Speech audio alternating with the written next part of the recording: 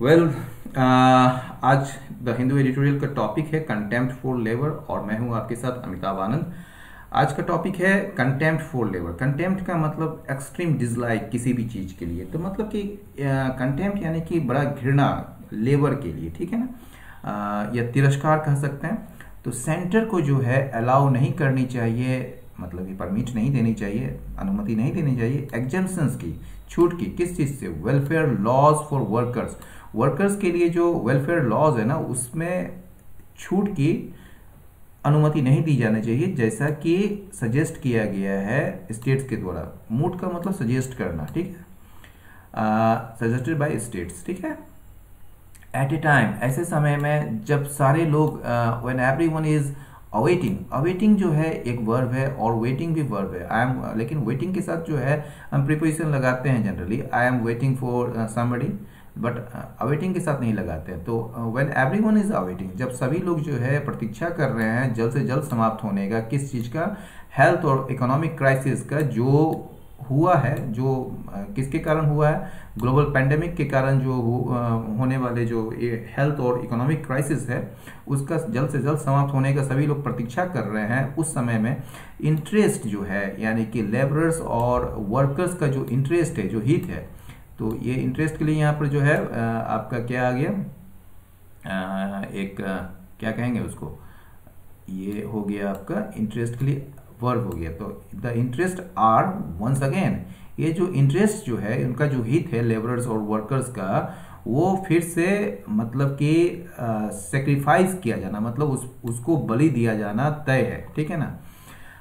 The revival of business and economic activity after weeks of forced closure is indeed a key objective to be achieved। बड़ा अच्छा है।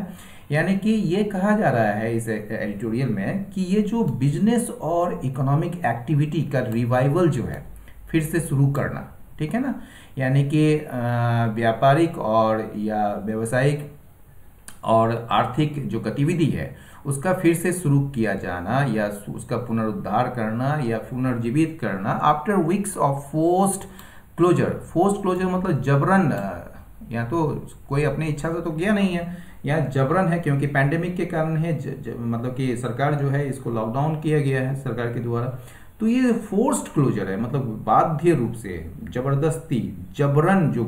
Closure है, closure यानी कि जो बंद किया गया है, वो कई सप्ताह तक चले हैं। तो after weeks of force closure मतलब कि ये जो जबरन क्लोजर है, उसका कई हफ्तों के बाद जो इकोनॉमिक और बिजनेस एक्टिविटी को फिर से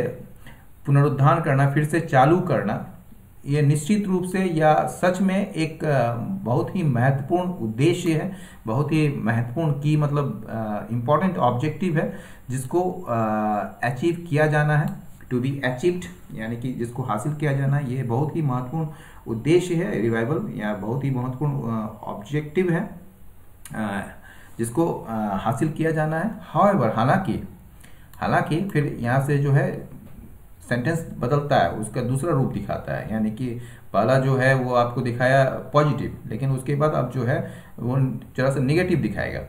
however it is amoral and perverse on the part of some states to address this need। कैसे? तो by granting sweeping exemptions from legal provisions aimed at protecting laborers and employees in factories, industries and other establishments। देखिए यहाँ तक का एक line है पूरा का पूरा। यहाँ कहने की ये कही जा रही है कोशिश कि ये जो है अमोरल है और परवर्स है। अमोरल क्या होता है? आइए देखते हैं अमोरल क्या होता है। अमोरल जो होता है, जिसको आप अनैतिक कहते हैं, विदाउट मॉरल प्रिंसिपल्स। पहले तो आप जान लीजिए मोरल क्या होता है। मॉरल जो होता है यानी कि वो चीज जो एक स्टैंडर्ड है, जो सोसाइटी में स्टैंडर्ड है, या जो व्यक्ति का जो है ये सोचने समझने का शक्ति कि क्या गलत है और क्या सही है, और कैसे उसको जो है इसमें मतलब कि आपके कॉन्शियंस के अनुसार आप जो है वो तय करते हैं या उस पर आचरण करते हैं, ठीक है, वो आपका मॉरल होता है, नीति से बना हुआ, नहीं नैतिक, ठीक है। नीति यानी कि कोई नियम होता है, या सोसाइटी का नियम होता है, या जो भी है परंपरा का एक नियम होता है। तो नैतिक, मोरल, ठीक है ना। अब देखिए एमोरल, एमोरल का मतलब क्या हुआ, नीति से भिन्न हटकर, यानी कि अनैतिक, अनैतिक यानी कि बिना मॉरल प्रिंसिपल्स का। देखिए अनैतिक जो है हर हमेशा गलत नहीं होता है, मतलब नीति के अनुसार नहीं, ठीक है ना। यानी कि आप एक उदाहरण देखिए, ह्यूमंस जो होते हैं वो एमोरल होते हैं, and what guides them is not any sense of morality. और उसको जो प्रेरित करता है ना, जो गाइड करता है, वो कोई उसके प्रति कोई सेंस ऑफ मॉरलिटी नहीं है। मान लीजिए कि आपको लगता है किसी की हत्या जो करना है वो नीति के विरुद्ध है, वो नैतिकता नहीं है उसमें। लेकिन अगर कोई आप पर हमला करे तो अगर आप उसके वजह से, वो हमले में आप हो सकता है मारे जाएं, या लेकिन उस अपने सुरक्षा के लिए आपके हाथों अगर उसकी हत्या हो जाती है तो वो जो है नीति नहीं है, नैतिकता नहीं है, वो अनैतिक हो सकता है। मतलब कि वो जो है सेंस ऑफ मॉरलिटी से वो गाइड नहीं होता है ह्यूमंस, बल्कि किससे होता है, इंस्टिंक्ट फॉर सर्वाइवल, जो उसके सर्वाइवल के लिए जो जरूरी है, जो इंस्टिंक्ट है, एक प्रवृत्ति होती है, ठीक है ना, उससे वो गाइड होता है। अब देखिए इमोरल का मतलब क्या होता है। इमोरल का मतलब होता है कि वो व्यक्ति जो गलत कार्य करता है, मतलब आप कह सकते हैं उसको ऐसा चीज जैसे दुष्चरित्र,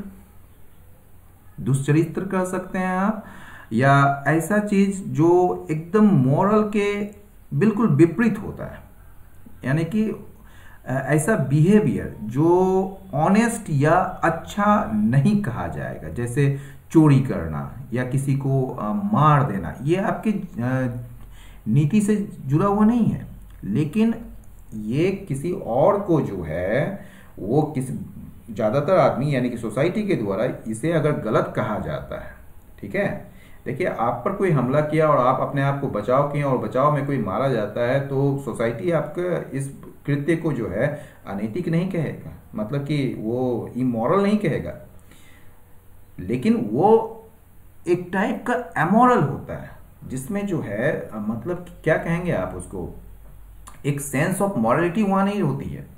अगर सेंस ऑफ मॉरलिटी होती तो कोई व्यक्ति आपको आके मारता तो आप मर जाते वहां पर। ये लोग जो है किससे गाइड होते हैं, इंस्टिंक्ट फॉर सर्वाइवल से होते हैं, ठीक है। लेकिन इमोरल जो होता है, जैसे कोई एक्सेप्टेड स्टैंडर्ड्स होता है सोसाइटी का, उसको आप फॉलो नहीं करते हैं तो वो इमोरल है, ठीक है। जैसे आप कह सकते हैं जैसे आजकल एक ये आया है, कॉन्सेप्ट आया है कि लिविंग रिलेशन। तो ये जो है लिविंग रिलेशन जो है वो सोसाइटी में माना जाता था, आज भी माना जाता है बहुत लोगों के द्वारा, जो परंपरागत लोग हैं वो इमोरल माना जाता है, यानी कि वो मॉरल से बिल्कुल हट के, यानी कि वो एक्सेप्टेड नहीं है, ठीक है। तो उस सेंस में इमोरल होता है। एमोरल जो है वो बिल्कुल जरा सा मॉरल से हटकर, या कह सकते हैं आप बिना कोई मॉरल प्रिंसिपल्स के, अनैतिक जिसको कह सकते हैं, बिल्कुल एकदम सेम नहीं है एमोरल और इमोरल, ठीक है। तो यह जो है एमोरल होगा, अनैतिक होगा और परवर्स होगा। परवर्स का मतलब क्या होता है, परवर्स का मतलब होता है कोई भी चीज से अलग हटकर, मतलब कि बड़ा स्ट्रेंज होना, and not what most people would expect और इंजॉय, यानी कि और वो नहीं होना जो ज्यादातर लोग जो है उम्मीद करते हैं, एंजॉय करते हैं। जैसे इसको एक शब्द कहा जाता है वेवार्ड, यानी कि पथभ्रष्ट जिसको कह सकते हैं आप। इसमें भी जो है परवर्स जो है, एक होता है परवर्टेड, VERTED, परवर्टेड होता है। परवर्टेड मतलब उसका भी सेंस विकृत ही होता है, पथभ्रष्ट ही होता है। लेकिन जैसे एमोरल और इमोरल में अंतर है, उसी तरह परवर्स और परवर्टेड में अंतर है। परवर्टेड जब भी यूज होगा तो वो डिसअप्रूविंग सेंस में यूज होगा, ठीक है। तो परवर्टेड और यहाँ परवर्स, परवर्स का मतलब कि जो चीज मान लीजिए कि आपको या सोसाइटी को पसंद नहीं है, उससे अलग हटकर कुछ कर रहा है, हो सकता है उससे आपको क्षति नहीं पहुंचे, लेकिन परवर्ट में क्या है, परवर्ट जो होता है वो आपको क्षति पहुंचाने वाला होता है, इसलिए वो जरा निगेटिव सेंस में है कंप्लीटली, लेकिन परवर्स जो है वो पूरी तरह से निगेटिव सेंस में नहीं है, एक मतलब कि अलग हट के कह सकते हैं, मतलब ठीक है ना। जैसे एक उदाहरण दिए हैं, she took a perverse pleasure in hearing that her sister was getting divorced, यानी कि उसकी जो सिस्टर है वो डाइवोर्स ले रही है, तो उसको सुनकर जो है उसको एक परवर्स, एक अजीब टाइप का प्लेजर महसूस होता है या महसूस हुआ, ठीक है। और ऑन द पार्ट का मतलब होता है डन और एक्सपीरियंस बाय समथिंग। तो आगे बढ़ते हैं। However it is amoral and perverse, ये बिल्कुल अमोरल है और ये बिल्कुल परवर्स है, एकदम विकृत है एक तरीके से, on the part of some states, कुछ स्टेट्स के द्वारा जो ये किया जा रहा है वो बिल्कुल अमोरल और परवर्स है। ये क्या किया जा रहा है? टू एड्रेस, एड्रेस मतलब पूरा करना या सुलझाना, यहाँ पर तो दिस नीड है तो पूरा करना, उस आवश्यकता को पूरा करने की जो बात की जा रही है वो बिल्कुल अमोरल और परवर्स है।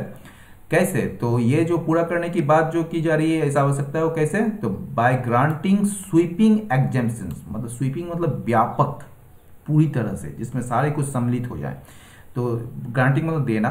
तो एग्जेम्पशंस देना मतलब व्यापक एग्जेम्पशंस देकर, किस चीज से? फ्रॉम लीगल प्रोविजंस से। लीगल प्रोविजन समझते हैं, यानी कि कानूनी जो प्रावधान दिए गए हैं ना, उससे पूरी तरह से छूट देकर, ठीक है ना,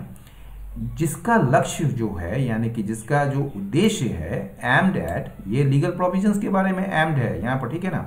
तो ये एक्चुअली पार्टिसिपल के रूप में यूज है, पास्ट पार्टिसिपल, और ये एडजेक्टिव मतलब कि एडजेक्टिव का काम कर रहा है, और इसी वजह से है ये लीगल प्रोविजंस के बारे में यहाँ बता रहा है। तो aimed at protecting labourers and employees in factories, industries and other establishment. इसका जो उद्देश्य है लीगल प्रोविजंस का, वो उद्देश्य यह है कि लेबर्स और एम्प्लॉयज को प्रोटेक्ट करना, कहाँ पर? फैक्ट्रीज में, इंडस्ट्रीज में और अन्य एस्टेब्लिशमेंट्स में, ना अन्य प्रतिष्ठानों में, ठीक है ना। तो ये कहा जा रहा है कि ये बड़ा एमोरल होगा और परवर्स होगा ऑन द पार्ट ऑफ, ये है, होगा नहीं, इट इज एमोरल और परवर्स, ये एमोरल है और परवर्स है ऑन द पार्ट ऑफ, अनैतिक और विकृत है on the part of some states, मतलब कि कुछ स्टेट्स के द्वारा जो ये किए जा रहे हैं वो कार्य जो है, वो कृत्य जो है बड़ा एमोरल यानी कि अनैतिक और विकृत है। ये कार्य क्या है? टू एड्रेस दिस नीड, इस आवश्यकता, दिस नीड क्या है? रिवाइवल ऑफ इकोनॉमिक एक्टिविटी, ठीक है ना, और बिजनेस एक्टिविटी। ये जो नीड है, ये जो आवश्यकता है, उसको पूरा करने के लिए जो कुछ स्टेट्स के द्वारा जो किए जा रहे कार्य हैं वो एमोरल परवर्स है।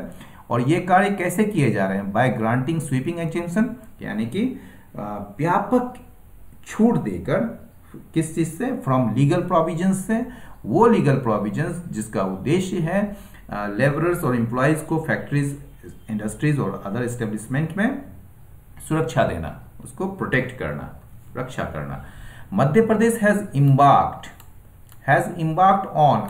इम्बार्क ऑन या अपॉन का मतलब होता है किसी चीज को शुरुआत करना, एक तरीके से उसके यात्रा पर निकलना, ठीक है ना, यात्रा की शुरुआत करना। तो यहां पर जो है आप ऐसे पढ़ेंगे, तो Madhya Pradesh has embarked on a plan to give a boost to business and industry, ठीक है ना, यानी कि बिजनेस और इंडस्ट्री को बढ़ावा मतलब बूस्ट, बढ़ावा देने के लिए जो प्लान है, उसकी शुरुआत जो है मध्य प्रदेश ने, प्लान की जो है शुरुआत जो है मध्य प्रदेश ने की है, यानी कि मध्य प्रदेश जो है शुरुआत की है एक योजना की, जिसमें जो है बढ़ावा दिया जाना है बिजनेस और इंडस्ट्री को। कैसे? तो बाय अलाउइंग यूनिट्स, तो इकाइयों को अनुमति देकर कि वो संचालित हो, वो चले, मतलब उस पर काम हो, मतलब कि वो संचालित किया जाए। टू बी ऑपरेटेड, यहाँ पे जो है इन्फिनिटिव है, लेकिन ये इन्फिनिटिव जो है पेसिव में है। तो ये यूनिट्स को जो है आप कह सकते हैं, ये यूनिट्स यानी कि इकाइयों को जो है अलाउ किया गया है कि वो चलाया जाए बिना many of the requirements of the factories act. ये जो फैक्ट्री एक्ट जो है, फैक्ट्री अधिनियम जो है, उसके कई सारे जो आवश्यकताएं हैं इसके लिए, उसके बिना ही इसको मतलब कि अलाउ कर दिया गया है कि इसको संचालित किया जाए, ठीक है।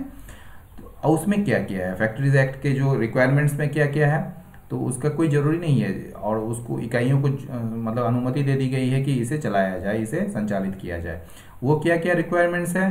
मतलब उसमें क्या क्या है? वर्किंग आवर्स, जो है may extend to 12 hours instead of 8, ठीक है ना। 8 के बजाय जो है अब वर्किंग आवर्स जो काम काज के जो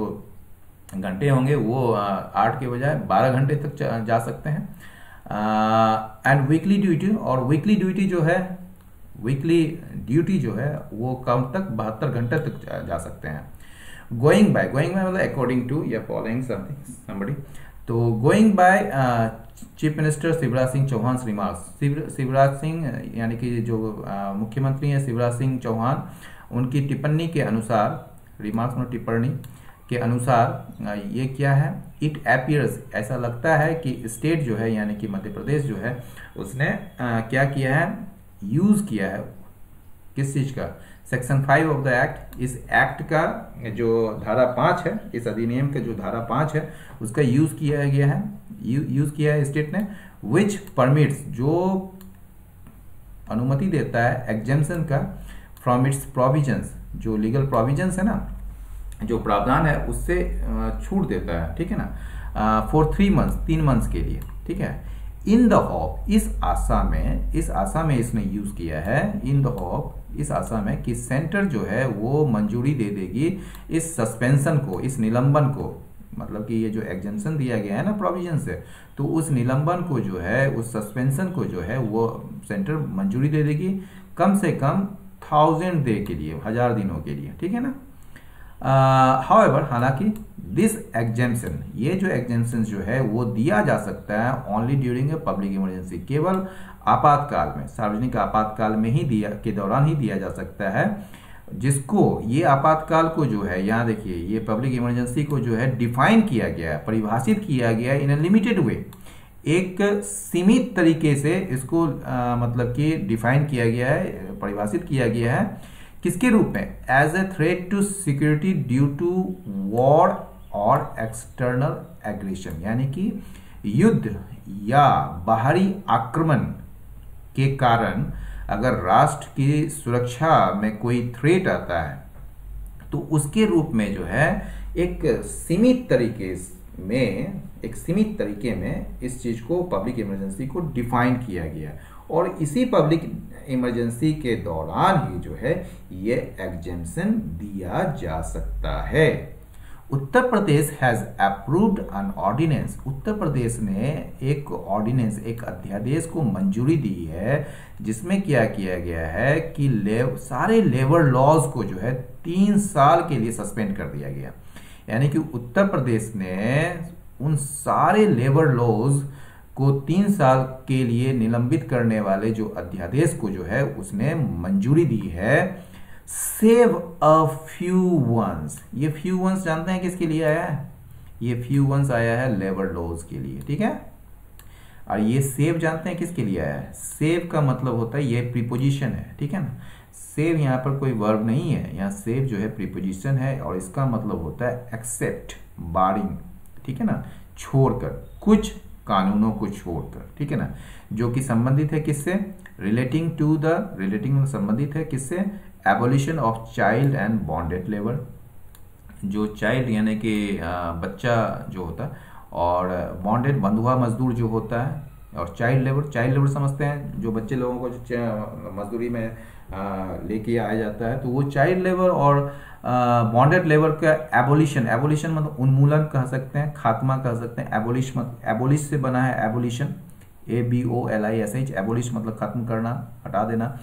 तो एबोलिशन उन्मूलन किस चीज का, चाइल्ड एंड बॉन्डेड लेबर का, ठीक है ना। और किससे संबंधित है, वीमेन एम्प्लॉइज से संबंधित है, ठीक है, और किससे संबंधित है, कंस्ट्रक्शन वर्कर्स से संबंधित है, पेमेंट ऑफ वेजेस से संबंधित है, मजदूरी का जो भुगतान है उससे संबंधित है, और इसके अलावा जो है कंपनसेशन है, क्षतिपूर्ति या मुआवजा है, किसको, वर्कमैन को, यानी कि वो कामगारों को जो कि ड्यूटी के दौरान जो है वो एक्सीडेंट्स का शिकार हो जाते हैं, ठीक है। तो compensation to workman for accidents, यानी कि दुर्घटना के लिए जो है वर्कमैन को, जब वो ड्यूटी पर होते हैं तो उनको कंपेंसेशन के लिए, तो ये सारे चीज छोड़कर, मतलब कि इन ये जो कितने कानून है इसको छोड़कर जितने भी लेबर लॉज हैं उसको जो है 3 साल के लिए सस्पेंड कर देने वाला एक अध्यादेश को मंजूरी दी है उत्तर प्रदेश ने, ठीक है। रिपोर्ट्स कहता है कि सेवरल स्टेट्स, कई सारे जो स्टेट्स हैं, ठीक है ना, कई सारे स्टेट्स जो हैं वो अनुसरण कर रहे हैं, फॉलोइंग कर रहे हैं इनके एग्जाम्पल को, यानी कि उत्तर प्रदेश और मध्य प्रदेश का एग्जाम्पल को, उदाहरण को, in the name of boosting economic activity, मतलब कि आर्थिक गतिविधि को बढ़ाने के नाम पर, ठीक है। चेंजेस, जो बदलाव है, in the manner in which labour laws operate, उस तरीके में जैसे कि किसी भी राज्य में, इन ए स्टेट, ठीक है ना, जैसे किसी भी राज्य में कोई जो लेबर लॉज काम करता है, मतलब ऑपरेट करता है वहां पर, यानी कि संचालित होता है, ठीक है ना, जिस तरीके से, जिस तरीके में, ठीक है, तो ये इसको ऐसे पढ़िएगा चेंजेस, ठीक है ना। चेंजेस जो है यहाँ पर इसके साथ ये वर्ब जुड़ जाएगा, ठीक है ना। तो यहाँ पर केवल बताया जा रहा है कि एक राज्य में या किसी भी राज्य में जिस तरीके में इन अ मैनर, जिस तरीके में यहाँ पर इन अ मैनर मतलब in the manner in which labour laws operate, जिससे कि कोई भी लेबर लॉज जो है, मतलब श्रम से जुड़ा हुआ कानून जो है संचालित होता है किसी भी स्टेट में, जिस तरीके से, उसमें अगर कोई बदलाव आता है, उसमें अगर कोई बदलाव लाया जाता है, चेंजेस लाया जाता है, तो उसके लिए जरूरी क्या है, उसके लिए जरूरी हो सकता है क्या, सेंटर की सहमति, यानी कि केंद्र सरकार की सहमति की आवश्यकता होती है, हो सकती है। वन होप्स, कोई उम्मीद कर सकता है या कोई उम्मीद करता है या किसी की उम्मीद होती है, ठीक है ना। वन मतलब किसी भी व्यक्ति के लिए आ गया, ठीक है ना। तो वन होप्स यानी कि किसी की उम्मीद है या ऐसी उम्मीद की जाती है कि सेंटर, जो सेंटर है, केंद्र सरकार जो है, विच is pursuing a labour reform agenda, जो लेबर रिफॉर्म समझ गए, श्रम सुधार। एजेंडा मतलब एक लिस्ट ऑफ थिंग्स होता है जो कि किसी पर काम करना होता है, किसी, जैसे देखते होंगे या सुनते होंगे किसी पार्टी का ये एजेंडा है कि ये जैसे बीजेपी का राम जन्मभूमि वगैरह वगैरह, बहुत सारा जो है वो एजेंडा होता है, मतलब उसका एक लिस्ट है वर्क का जो कि उसको करना है, ठीक है ना। तो इसी तरह सेंटर जो है वो अपने एक लक्ष्य को प्राप्त करने के में प्रयासरत है। वो लक्ष्य क्या है, लेबर रिफॉर्म एजेंडा पर काम करना, ठीक है, जो काम कर रही है लेबर रिफॉर्म एजेंडा पर, किसके माध्यम से, थ्रू कॉन्सोलिडेटेड कोड्स, ठीक है ना। ये कॉन्सोलिडेटेड क्या होता है, कॉन्सोलिडेट का मतलब होता है मजबूत करना, एकीकृत करना, ठीक है ना, समेकित करना, सम्मिलित करना, ठीक है ना। तो कॉन्सोलिडेटेड कोड्स, कोड्स का मतलब क्या होता है, संहिता होता है, ठीक है ना। जैसे कॉडिफाई करते हैं ना, बहुत सारे नियमों को कॉडिफाई करते हैं, तो कोड्स के द्वारा, संहिता के द्वारा, मतलब एक समेकित संहिता के द्वारा या समेकित संहिता के माध्यम से जो है लेबर रिफॉर्म एजेंडा को जो है वो परस्यू कर रही है सेंटर। ये कोड्स जो है किसके लिए लाया जा रहा है, किसके लिए है, मजदूरी के लिए, इंडस्ट्रियल रिलेशन के लिए, औद्योगिक संबंध के लिए, और किसके लिए है, ऑक्यूपेशनल सेफ्टी के लिए है, यानी कि व्यवसाय से जुड़ी हुई जो सुरक्षा से संबंधित जो नियम है उसके लिए है। स्वास्थ्य और वर्किंग कंडीशन, जो कामकाजी जो परिस्थिति होती है वहाँ पर, कामकाज की जो परिस्थिति, वर्किंग कंडीशन जो होता है, और हेल्थ का जो ये होता है उसका कोर्स होता है। ये जो है वुड नॉट रीडली एग्री, यानी कि centre would not readily agree, वो आसानी से सहमत नहीं होंगे to wholesale exemption. Agree to जो होता है, जब हम किसी विचार, किसी चीज से अगर एग्री करते हैं तो एग्री टू लगाते हैं, और किसी व्यक्ति से करते हैं तो हम लोग एग्री विथ लगाते हैं, याद रखिएगा ये चीज। तो सेंटर जो कि परस्यू कर रही है लेबर रिफॉर्म एजेंडा को through consolidated codes for wages, industrial relations and occupational safety, health and working conditions, would not readily agree, वो आसानी से तैयार नहीं होगी इस होलसेल एग्जेम्पशंस के लिए। ये जो होलसेल एग्जेम्पशंस किस चीज से, फ्रॉम लीगल सेफगार्ड से, यानी कानूनी जो सुरक्षा से, और सुरक्षात्मक जो स्टेप होते हैं, सेफगार्ड्स जो होता है, यानी कि आपको गार्ड करने के लिए जो सेफली उसको सेफगार्ड्स कहते हैं, और प्रोटेक्शंस, और वो प्रोटेक्शंस, वो सुरक्षा जो कि लॉ अभी नाउ एफोर्ट्स मतलब देना, टू वर्कर्स। जो अभी जो सुरक्षा जो कानून जो है वो देती है वर्कर्स को, और जो सेफगार्ड्स देती है वर्कर्स को, लीगल सेफगार्ड्स और प्रोटेक्शन, इसको ऐसे पढ़ लीजिएगा, ठीक है ना। ये सेंटर, यहां तक तो समझ गए, centre which is pursuing a labour reform agenda through consolidated course for wages, industrial relation and occupational safety, health and working condition would not readily agree, वो सहमत नहीं होंगे किस चीज के लिए, to wholesale exemption from legal safeguards and protection, यानी कि ये जो लीगल सेफगार्ड्स और प्रोटेक्शन जो लेबर को दिए जाते हैं लॉ के अनुसार या जो प्रोविजंस के अनुसार,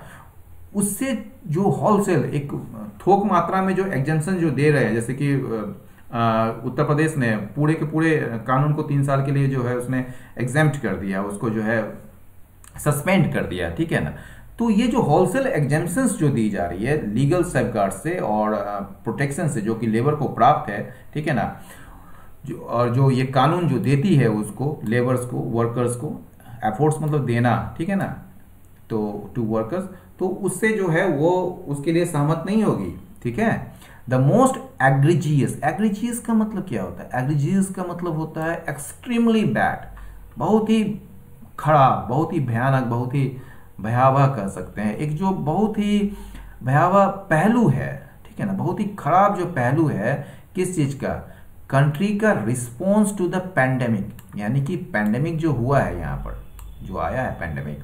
ठीक है ना, उसके प्रति जो देश का जो रवैया है, देश का जो रिस्पॉन्स है, जो रिस्पॉन्ड कर रही है पैंडेमिक के प्रति, ठीक है ना, जो प्रतिक्रिया कर रही है, उसका जो सबसे बुरा पहलू है, बुरा एकदम सबसे भयावह पहलू जो है वो क्या है, इसका इनेबिलिटी, यानी कि किसका, मतलब कि देश का इनेबिलिटी, असमर्थता, ठीक है ना, नॉट एबल है वो, मतलब कि असमर्थ है किस चीज में, जो असमर्थता है किस चीज में, to protect the most vulnerable section and its vast underclass of labourers, यानी कि इसके जो सबसे कमजोर वर्ग और इसके जो मजदूरों के, मतलब मजदूरों के जो अंडर क्लास, मतलब कि बहुत बड़े, वास्ट मतलब बहुत बड़े, अंडर क्लास ऑफ लेबरर्स, मजदूरों के बहुत बड़े वर्ग को, इसके जो मतलब कि बहुत बड़े वर्ग, मजदूरों के बहुत बड़े वर्ग और सबसे कमजोर वर्ग को प्रोटेक्ट करने में जो असमर्थता है किसकी, देश की, ठीक है ना, किस चीज से प्रोटेक्ट, किस चीज से, फ्रॉम इट्स इम्पैक्ट, यानी कि इट्स मतलब क्या हो गया, महामारी, तो इसके जो इम्पैक्ट है, जो पैंडेमिक के जो इम्पैक्ट है उससे प्रोटेक्ट करने में जो असमर्थता है देश की, इट्स इनएबिलिटी, ठीक है, तो वो जो है एक बहुत ही भयावह, बहुत ही खराब पहलू है, ठीक है। तो इसको आप ऐसे समझ गए हैं। तो ये जो है आपका मोस्ट एग्रीजियस एस्पेक्ट क्या है, पहलू क्या है, कंट्रीज के response to the pandemic, pandemic के प्रति जो एक कंट्री का जो रिस्पॉन्स जो है, जो रवैया है, उसका सबसे भयावह पहलू क्या है, वो है कि देश का असमर्थता प्रोटेक्ट करने में सबसे ज्यादा जो कमजोर वर्ग है उसको प्रोटेक्ट करने में किस चीज से, और किसको, और इसके जो मजदूर वर्ग के जो सबसे, मतलब कि जो मजदूर वर्ग हैं, एक बहुत बड़ा जो मजदूर वर्ग है उसको प्रोटेक्ट करने से, किस चीज से, फ्रॉम इट्स इम्पैक्ट, पैंडेमिक के इम्पैक्ट से, पैंडेमिक के असर से, पैंडेमिक के प्रभाव से। The emphasis in the initial phase, जो एम्फेसिस था यानी कि जोर प्रथम चरण में, ठीक है ना, शुरुआती चरण में जो जोर डाला गया था वो किस में था, और was on dealing with the health crisis, यानी कि स्वास्थ्य संबंधी कोई संकट ना आ जाए उससे निपटने के लिए जो है वो शुरुआती चरण में जोर डाला गया था, यानी कि जो इम्फेसिस डाला गया था इनिशियल फेज में वो किसके लिए था, वो हेल्थ क्राइसिस को डील करने के लिए था, मतलब कि हेल्थ क्राइसिस ना आ जाए, यानी कि स्वास्थ्य संकट ना पैदा हो जाए यहाँ पर, उसको डील करने के लिए था, मतलब कि हेल्थ क्राइसिस से निपटने के लिए शुरुआती दौर में या शुरुआती चरण में जोर जो था वो हेल्थ क्राइसिस से निपटने में था, ठीक है ना। इवन व्हेन, जबकि कॉन्सिक्वेंस जो था, यानी कि जो परिणाम था वो क्या था, creation of an economic crisis, वो क्या था, आर्थिक संकट का बनना था, यानी कि आर्थिक संकट का निर्माण हो रहा था और उसके परिणाम स्वरूप क्या हो रहा था, इवन व्हेन द कॉन्सिक्वेंस, जो कॉन्सिक्वेंस क्या था उसका, जबकि कॉन्सिक्वेंस इस चीज का जो आप जब डील कर रहे थे हेल्थ क्राइसिस से, तो उसका जो कॉन्सिक्वेंस जो बन रहा था वो क्रिएशन हो रहा था इकोनॉमिक क्राइसिस का। while the country watches with horror, जबकि देश जो है वो देख रहा है विथ हॉरर, दहशत से, क्या देख रहा है, the continuance of the collective misery of migrant workers well into the third spell of the national lockdown. यानी कि राष्ट्रीय जो लॉकडाउन है उसका तीसरा चरण में जो माइग्रेंट वर्कर्स है, जो प्रवासी कामगार हैं, उसके सामूहिक दुर्दशा या कष्ट कह सकते हैं, उसका लगातार जारी होना जो है वो देश देखते आ रही है या देख रही है, वॉच कर रही है दहशत के साथ। द एटीट्यूड, जो नजरिया है, जो रवैया है रूलिंग क्लास का, शासक वर्ग का, किसके प्रति, टुवर्ड्स लेबर, श्रम के प्रति, वो आज भी जो है रिमेन्स वन ऑफ अटर अपेथी। अटर मतलब कंप्लीट, ठीक है ना। अटर अपेथी का मतलब होता है उदासीनता, ठीक है ना। तो वो आज भी जो है रिमेन्स वन ऑफ अटर अपेथी, मतलब कि एकदम कंप्लीट अपेथी का बना हुआ है, उदासीनता का बना हुआ है, ठीक है। बॉर्डरिंग ऑन कंटेम्प्ट, जो कि लगभग और लगभग ये घृणा, मतलब कि ये तिरस्कार करने लायक है, मतलब कि ये bordering on contempt, border on एक जो है ये इसका मतलब होता है क्या, ये एक फ्रेजल वर्ब है और इसका मतलब क्या होता है ये देखिए, ये बिहेवियर और क्वालिटी और a feeling borders on something more extreme, it is almost that thing, मतलब ऑलमोस्ट के सेम, ये लगभग, ये अपेथी नहीं है, कंप्लीट अपेथी नहीं है, ये तो अपेथी है ही, लेकिन ये जो है ये लगभग क्या है, ये कंटेम्प्ट है, ये उसके प्रति यानी कि लेबर के प्रति उनका घृणा है, मतलब कि रूलिंग क्लास का ये लेबर को जो है घृणा के रूप से देख रहे हैं। Contempt, bordering on contempt. Why else would a government relieve factories of even elementary duties? यानी कि क्यों और क्यों सरकार जो है फैक्ट्री को राहत देती है या देगी, किस चीज से, ऑफ इवन एलिमेंट्री, जो प्राथमिक जो उनकी ड्यूटीज है, जो कर्तव्य है, उससे क्यों राहत देगी फैक्ट्रीज को। ये ड्यूटीज क्या है, जैसे कि प्रोवाइड करना, देना ड्रिंकिंग वाटर, पेयजल, या फर्स्ट एड बॉक्सेस उसको कहते हैं, जिसमें आप उपचार के लिए आपके पास कुछ है नहीं तो डॉक्टर के पास या आप हॉस्पिटल जा नहीं सकते हैं, तो फर्स्ट एड बॉक्सेस में जितने भी किट्स होते हैं उसके थ्रू जो है आप उपचार करते हैं। एंड प्रोटेक्टिव इक्विपमेंट, और जो वहाँ पर जो काम होता है तो उसके लिए बहुत सारे ऐसे भी काम होते हैं जो बड़ा डेंजरस होते हैं, तो उसके लिए प्रोटेक्टिव इक्विपमेंट क्यों नहीं देते हैं, तो उस चीज से क्यों राहत दे रही है, क्यों मतलब कि उस एलिमेंट्री ड्यूटीज से फैक्ट्रीज को राहत दे रही है, रिलीव कर रही है उसको, या फिर उन रिक्वायरमेंट्स को सस्पेंड क्यों करती है, क्या क्यों करेगी, ठीक है ना, वुड से ही यहाँ पर संबंधित है, या फिर उन रिक्वायरमेंट्स, उन आवश्यकताओं से उसको, उन आवश्यकताओं को सस्पेंड क्यों करेगी, निलंबन क्यों करेगी, जैसे कि क्लीनिनेस है, साफ सफाई की बात है, वेंटिलेशन, अच्छा मतलब कि उस वर्कर्स मतलब कि वर्किंग जो कंडीशन है वहाँ पर अच्छे रूप से वेंटिलेशन की व्यवस्था है या नहीं, मतलब प्रकाश वगैरह आ रहा है या नहीं, लाइटिंग की जो व्यवस्था है कि नहीं, प्रकाश की, कैंटीन्स की व्यवस्था है कि नहीं, या फिर रेस्ट रूम जो है वो है कि नहीं, या फिर क्रेचेस जो है, क्रेचेस मतलब ऐसा चीज होता है जहाँ पर बच्चों को रखा जाता है जब आप ड्यूटी पर होते हैं, तो क्रेचेस कहा जाता है उसको, जैसे a place where young children are cared for, जहाँ पर छोटे बच्चे को केयर किया जाता है ड्यूरिंग द डे, उस समय के दौरान, उस दिन के दौरान जब उसके पेरेंट्स जो होते हैं कुछ और कर रहे होते हैं, खासकर वर्क, स्टडी या शॉप, ठीक है ना, तो उसको क्रेच कहते हैं। तो दोस्तों आज का जो ये एडिटोरियल कैसा लगा आप हमें ज़रूर बताएं, और आपको कोई भी दिक्कत, किसी भी सेंटेंस में दिक्कत हो तो वो सेंटेंस को आप लिख कर मेरे कमेंट बॉक्स पर डाल दें, मैं आपको उसे दोबारा समझाने की कोशिश करूँगा, और आपको ये इसे लाइक करें, शेयर करें, और सब्सक्राइब करें। और एक बात बताना ज़रूर चाहूँगा कि आप इसे सपोर्ट करें, क्योंकि आपके सपोर्ट की बहुत ही आवश्यकता है। बहुत बहुत धन्यवाद। नमस्कार।